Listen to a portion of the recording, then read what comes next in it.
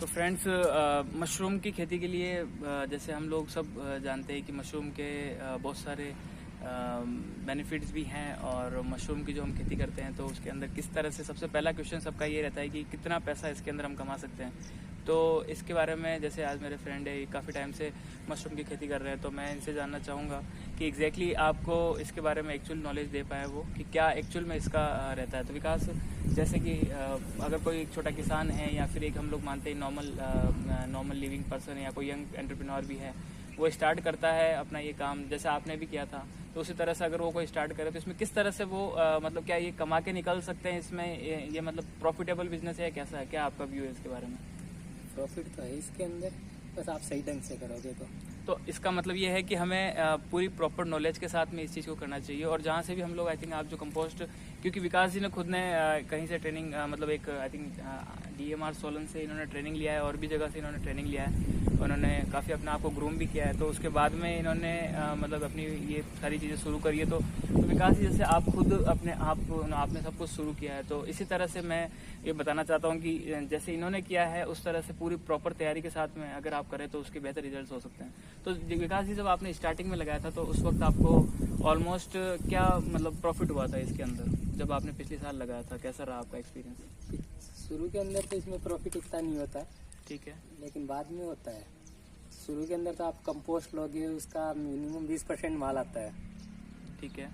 यानी कि अगर हमारे पास में एक एग्जांपल के तौर पे अगर मैं मानूं कि हमारे पास में 1000 किलो कंपोस्ट है, तो उसमें से हम लोग 200 किलो की मशरूम की पैदावार की उम्मीद कर सकते हैं, अगर हमने सब कुछ अच्छे से किया है। ठीक है। और इसमें जैसे अगर हम लोग इसको बड़े लेवल पे करें, जैसे हम लोग अगर 10 टन या 20 टन का एक कमरे के अंदर, जैसे लोग कई बार बड़े बड़े कमरे बनाते हैं और 3000 बैग्स तक लगा दिया, यानी कि 30 टन उसके अंदर मटेरियल होता है, तो हम लोग क्या एक्सपेक्ट करते हैं कि कितने टाइम के अंदर उसके अंदर से मशरूम निकलना लग जाएगा, और मतलब उसमें से कितना हम लोग प्रॉफिट कमा सकते हैं? मशरूम तो आप 15 दिन बाद में केसिंग करोगे, 15 दिन बाद में आना लग जाएगा। ठीक है, 1 महीने में मशरूम आ जाएगी आपकी। ठीक है।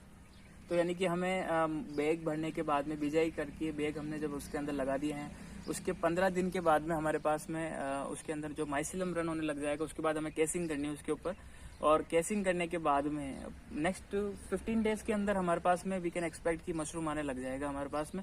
तो विकास जी, मशरूम किस तरह से, मतलब इसमें कैसे आएगा मशरूम, जैसे कितनी बार हमें उसकी तुड़ाई करनी पड़ेगी, और ये कितनी देर तक ये मतलब कितने टाइम तक ये चलता है? मशरूम का मानते हैं कि अपन 3 फ्लस आती है एक बैग के अंदर। ठीक है।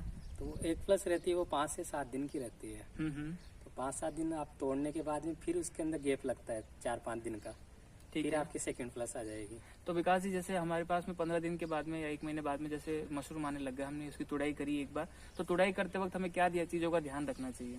तुड़ाई तो आप इजीली बस छोटे 2 उंगलियों से पकड़ के ट्विस्ट करके बस तोड़ लो उसको। तो हमें इसको तोड़ने का तरीका ये है कि हमें 2 उंगलियों से सिर्फ पकड़ के उसको हल्का सा ट्विस्ट करके उसको तोड़ना। तो विकास जी, फिर उसके ऊपर हमें क्या वापस केसिंग करनी पड़ेगी उस जगह पे? जहाँ पे आप निकालोगे मशरूम को, वहाँ से आपको नीचे कंपोस्ट दिखने लग जाएगा, वहाँ पे आपको वापस केसिंग करनी पड़ेगी। ठीक है। तो जहाँ हमें वापस, क्योंकि हम लोग जो कंपोस्ट होती है उसके ऊपर तकरीबन 1 इंच की या 2 इंच की हम लोग उसके ऊपर 1 इंच की हम लोग केसिंग करते हैं।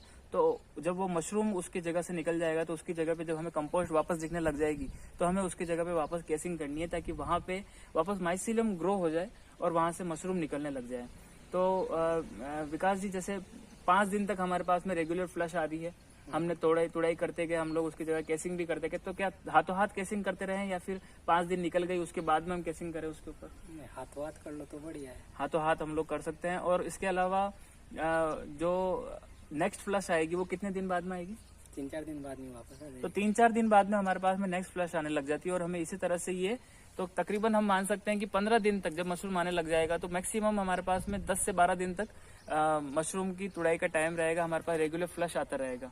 तो उसके बाद में विकास जी, हम लोग क्या कर सकते हैं, जो हमारे पास में जो कंपोस्ट बच गया है उसके बाद में उसका हम क्या कर सकते हैं? आप उसको वापस खेतों में डाल लो।